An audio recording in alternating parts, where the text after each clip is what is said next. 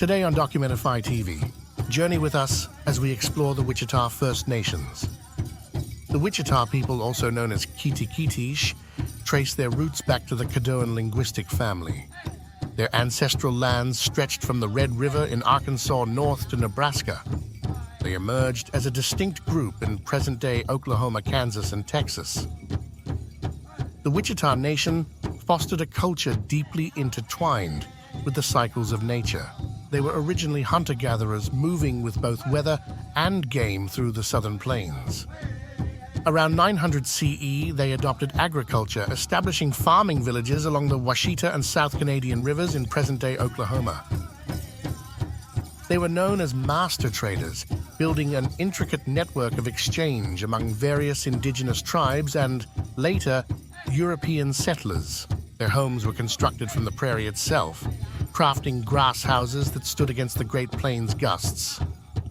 Their villages were centers of agricultural productivity, where they meticulously cultivated their staple crops of corn, pumpkins, and tobacco.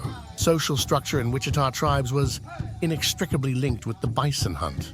Hunters, revered for their prowess, organized communal hunts crucial to the tribe's survival and social cohesion. Archaeological findings have shed light on the Wichita's past. A Dartmouth-led study using multisensory drones revealed a large circular earthwork at what may be Etzanoa, an archaeological site near Wichita, Kansas. This earthwork may be the remains of a so-called council circle, as it is similar to several other circular earthworks in the region.